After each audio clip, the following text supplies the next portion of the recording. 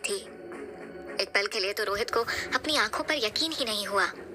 उसे ये सब एक ख्वाब सा लग रहा था और उस चिता के बारे में जानने के लिए उसने जैसे ही मुड़कर नित्या की तरफ देखा तो नित्या भी वहां नहीं थी और वो भी गायब हो चुकी थी।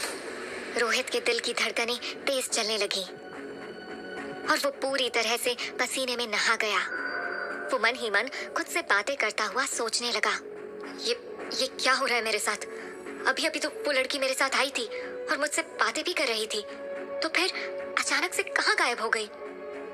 रोहित नित्या को पागलों की तरह चारों तरफ ढूंढने लगा और उसे आवाज भी देने लगा, नित्या, कहाँ हो तुम? ऐसे कैसे गायब हो सकती हो? नित्या, नित्या। लेकिन अभी भी उसे नित्या कहीं नहीं दिखाई दी। चारों तरफ बस सन्नाटा ही सन्नाटा फैला हुआ था, जिससे उसे थोड़ी घबराहट होने लगी। लेकिन वो खुद को नॉर्मल करते हुए खुद से ही बातें करता हुआ कहने लगा, अजीब लड़की थी, पहले यहाँ तक ले आई और फिर गायब हो गई। अब होगी कोई, पर कोई ऐसे रहस्यमय तरीके से गायब कैसे हो सकता है? हे भगवान, ये कैसे गांव में आ गया हूँ मैं? कहीं मैं किसी षड्यंत्र में फंस तो नहीं रहा? यही सब सोचता हुआ वो गांव में से होता हुआ पुरोहित के घर की तरफ बढ़ने लगा। माथे पर अभी भी पसीना था और चेहरे पर डर अभी भी दिखाई दे रहा था। वो चिता और उस पर जलती हुई लड़की अभी भी उसके दिमाग में थी। आखिर हो क्या सकता है वो? यही सब सोचता हुआ वो तेजी से चलने लगा। ऐसा लग रहा था मानो वो वहां से जल्द निकलना चाहता हो। हल्का हल्का अंधेरा होना भी शुरू हो चुका था। तभी उसकी नजर एक घोड़ी वाले पर गई, जो खुद से ही बड़बड़ाता हुआ चल रहा था। और रोहित ने ध्यान से देखा तो उसे वो घोड़ी वाला कुछ परेशान सा भी लगा। रोहित ने मन ही मन में सोचते हुए खुद से ही कहा, ये घोड़ी तो वो कल वाली ही लग रही है, जिसपे उस अजीब बारात में उस सूरज नाम के दूल्हे को बैठाकर ले जा रहे थे सब। इससे पूछता हूँ जाकर, शायद कुछ पता चल जाए। खुद से ही बात करते हुए परेशान रोहित ने खुद को नॉर्मल किया और चेहरे पर झूठी मुस्कान के साथ उसके पास गया और उसे रोकते हुए पूछा, अरे भाई, क्या हुआ? तुम इतने परेशान क्यों लग रहे हो? घोड़ी वाला, जो अभी तक खुद से ही बातें कर रहा था, उसने चौंक कर रोहित की तरफ देखा और कहा, अरे कुछ नहीं साहिब, ये हमारी घोड़ी है। इसको रात को घर के आंगन में बांध कर सोए थे और जब सुबह उठकर देखा तो गायब। सारा दिन हो गया इसको ढूंढते ढूंढते, तब कहीं जाकर ये वहां उस पुरानी हवेली के बाहर बंधी हुई मिली। पता नहीं कौन ले आया इसे यहाँ। घोड़ी वाला काफी थका हुआ लग रहा था और उसके कपड़े भी पूरी तरह से पसीने से भरे हुए थे। उसके हुलिये को देखकर साफ लग रहा था कि वो सच में सुबह से अपनी घोड़ी को ही ढूंढ रहा होगा। रोहित ने ध्यान से उस घोड़ी की तरफ देखा और फिर अपने दिमाग पर जोर डालते हुए उस घोड़ी वाले से पूछा, अरे ये तो वही घोड़ी है ना भैया, जिस पर कल रात सूरज की बारात निकली थी? घोड़ी वाले ने रोहित के चेहरे की तरफ ध्यान से देखा, जैसे वो ये देखना चाह रहा हो कि कहीं रोहित नशे में तो नहीं है। और फिर उसने सवालिया नजरों से रोहित को देखते हुए पूछा, अरे कौन सूरज बाबूजी? घोड़ी वाले के किए हुए इस सवाल से रोहित बुरी तरह चौंक गया और रोहित घोड़ी वाले को दोबारा से याद दिलाते हुए पूछा, अरे भैया, तुम भूल गए क्या? कल रात ही तो सूरज की बारात निकली थी, वो भी रात के 2 बजे। तुम भी तो थे वहां। रोहित की बातें उस घोड़ी वाले को काफी अजीब लग रही थी और उसने रोहित से पूछा, आप कौन है बाबूजी और कहां से आए हैं? पहले कभी नहीं देखा इस गांव में आपको, और ये अजीब बात क्यों कर रहे हैं? रोहित ने मन ही मन में सोचा, कहीं इस घोड़ी वाले ने पी तो नहीं रखी, यहाँ से निकलना ही सही है। रोहित घोड़ी वाले को अजीब मानते हुए वहां से निकलता है और थोड़ी दूर चलते ही उसे कुछ हैरान परेशान लोग दिखाई देते हैं। इन लोगों में कुछ महिलाएं और बच्चे भी थे। इनमें से एक मर्द कहता है, हमको तो कुछ समझ ही नहीं आ रहा। दोपहर में नींद खुली तो देखे कि हम ये नए कपड़े पहनकर तैयार हुए बैठे हैं। इस कपड़े को तो हम सिर्फ शादी ब्याह के माहौल के लिए निकालते थे।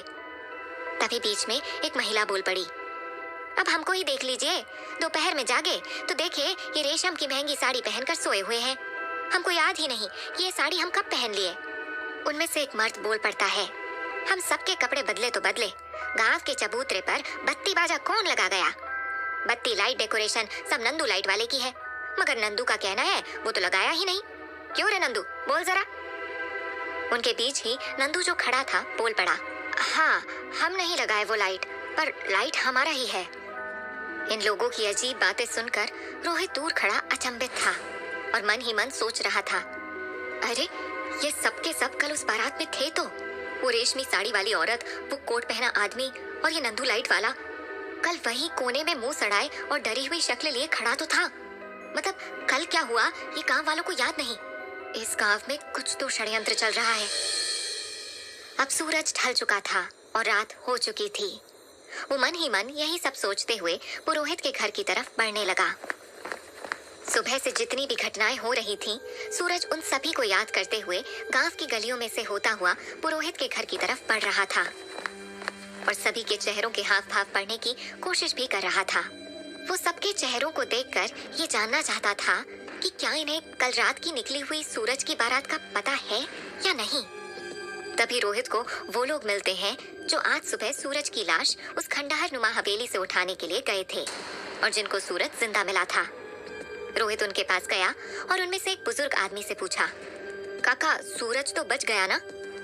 वो बुजुर्ग अचानक हुए सवाल से चौंक गया और रोहित को सिर से पांव तक एकटक देखता हुआ बोला, कौन सूरज? तुम किसकी बात कर रहे हो बेटा? उस बुजुर्ग के साथ बैठे हुए बाकी सभी आदमी भी रोहित की तरफ सवालिया नजरों से देखने लगे। अब रोहित परेशान भी होने लगा था और थोड़ा थोड़ा डरने भी लगा था, क्योंकि उसके साथ एक के बाद एक अजीब घटना घट रही थी। वो धीरे से अपने कदम थोड़ा पीछे लेता है और वहां से भाग जाता है। सोच में डूबा रोहित हैरान परेशान रात 9 बजे तक गांव में ही भटकता रहा और फिर पुरोहित के घर पहुंचा। उसने देखा कि पुरोहित जी बाहर अपने घर के आंगन में ही टहल रहे थे, तो शायद रोहित का ही इंतजार कर रहे थे। वो बार बार दरवाजे की तरफ देखते और जैसे ही उन्होंने रोहित को आते देखा तो उनके चेहरे पर एक राहत भरी मुस्कान आ गई। वो तेजी से रोहित के पास गए और रोहित से पूछा, अरे बेटा बड़ी देर कर दी, कहाँ रह गए थे? तुम्हारा वो साथी सचिन भी बहुत देर से तुम्हारा इंतजार कर रहा है। रोहित का दिमाग अभी भी अशांत था। उसने झट से पूछा, पुरोहित जी आपको तो याद है ना कल रात वो सूरज की बारात और वो चुड़ैल मंडोलिका? पुरोहित जी ने उसकी बात को बीच में ही काटते हुए कहा, रोहित बेटा तुम ये क्या अनाप शनाप बातें कर रहे हो? कौन सूरज, कौन मंडोलिका, कौन है ये सब? रोहित अब और भी ज्यादा हैरान हो गया और उसने कहा, आप भूल गए पुरोहित जी, कल रात जब हम 2 बजे आपसे मिले थे तब आपने ही तो बताया था सब। पुरोहित जी ने रोहित को समझाते हुए कहा, हाँ बेटा हम मिले थे जब रात के 2 बज रहे थे और हमने देखा कि तुम इस गांव में नए आए हो तो इसीलिए तुम्हें अपने साथ यहाँ ले आए। लेकिन ये मंडोलिका और सूरज जैसी अजीब बातें क्यों कर रहे हो? रोहित को अब ये सब एक बहुत बड़ी साजिश लगने लगी। उसने मन ही मन में कहा, ये गांव वाले चाहते क्या है आखिरकार? कहीं ऐसा तो नहीं कि हमारा असली धंधा जान गए हो? अभी रोहित अपने ख्यालों में ही खोया हुआ था कि तभी वहां एक खूबसूरत सी लड़की आ गई और उसने तपाक से कहा, लेकिन पिताजी कल रात आप 2 बजे बाहर क्या कर रहे थे? और ये दोनों अजनबी कौन हैं जिन्हें आप अपने साथ लेकर आए हैं? रोहित ने देखा कि ठीक उसके सामने एक खूबसूरत सी लड़की खड़ी है। उसकी खूबसूरती देख एक पल के लिए रोहित भी अपलक उसे देखता ही रह गया। तभी पुरोहित जी ने उस लड़की को कहा, मिताली बेटा मुझे कुछ ठीक से याद नहीं आ रहा कि क्यों मैं बाहर गया था। शायद घर में घुटन लगी रही होगी, इसीलिए ताजी हवा में टहलने निकल गया होऊंगा मैं। तभी मुझे वहाँ ये दोनों लोग मिल गए जो हमारे मंदिर की मूर्तियों की देखरेख और उनका जायजा लेने आए हैं और इसलिए मैं इन्हें घर ले आया। पुरोहित जी रोहित को लेकर अंदर आ गए और वहाँ पहले से ही सचिन बैठा हुआ था जो रोहित का इंतजार कर रहा था कि तभी पुरोहित जी मिताली को कुछ समझाने के लिए रसोई में चले गए। सचिन को देखते ही रोहित झट से सचिन के पास बैठ गया और खुसफुसाते हुए बोला, भाई ये गाँव बहुत ही अजीब है, तुम मानोगे नहीं, ये कमीने बात ऐसी कर रहे हैं मानो इनके कल वो अजीब सी बारात याद ही नहीं, वो सूरज वाली बारात। खुद ही इन लोगों ने उस मंडोलिका चुड़ैल की बकवास कहानी सुनाई थी। अभी खुद कह रहे हैं कौन मंडोलिका? आज रात मौका देखकर यहाँ से निकल चलते हैं भाई। रोहित सब एक ही सांस में बोल गया और उसके चेहरे का रंग भी बिल्कुल उड़ा हुआ था। सचिन रोहित से कहता है, भाई तुमने कोई नशा वशा किया है क्या?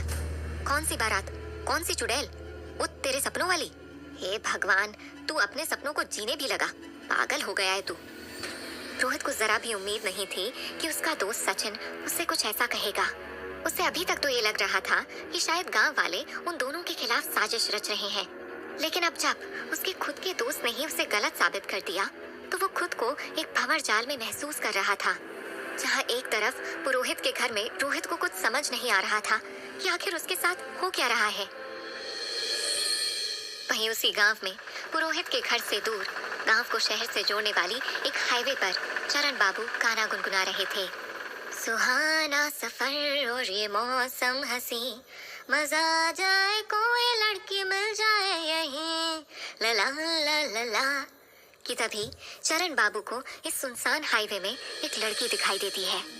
लड़की कॉटन की साड़ी में भीगी हुई थी, इतनी भीगी कि उसके शरीर की कसावट और अंगों के उभार बाहर से देखे जा सकते थे।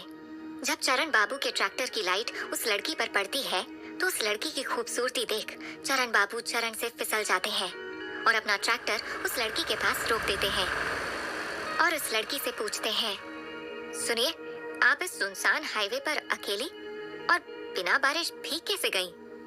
उस लड़की ने गंभीर आवाज में कहा, जो डूब गया हो वो तो भीगे ही होंगे ना।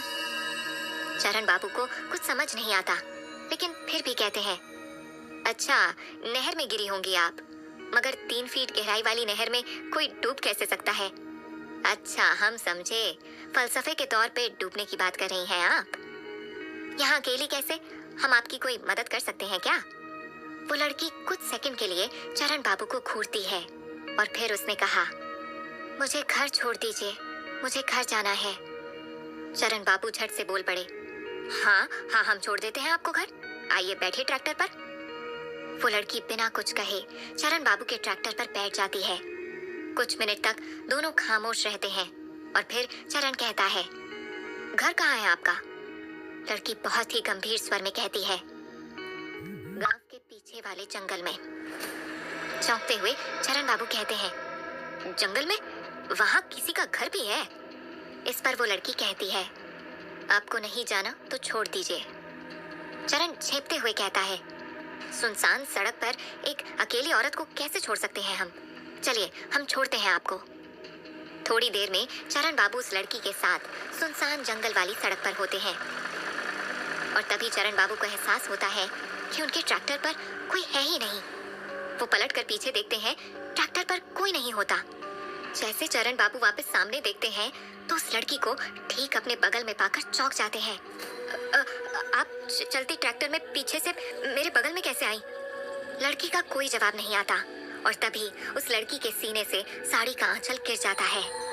चरण सिंह नजर चुराते हुए उस लड़की के आकर्षक पक्ष को देखने लगता है और फिर उस लड़की की आवाज आती है, तुम्हें मुझसे प्यार चाहिए?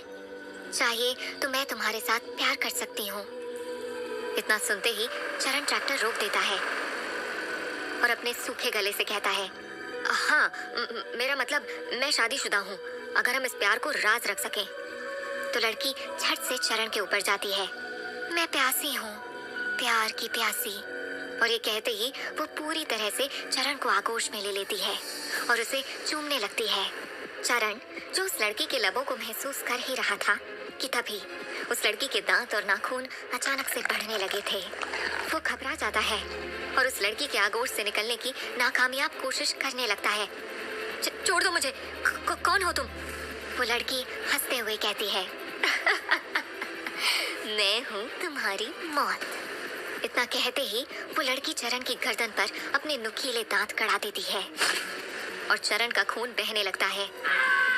चरण की चीख पूरे जंगल में गूंज जाती है। इधर पुरोहित के घर पर रोहित, जो गहरी नींद में सो रहा था, वो चरण के साथ घट रहे इस वाकये को अपने सपने में हूबहू देख रहा था। चरण की चीख के साथ साथ इधर रोहित भी चीखते हुए अपनी नींद से जाग जाता है। आखिर क्या था रोहित के सपनों का राज और कौन थी वो लड़की जिसने ली चरण की जान? जानने के लिए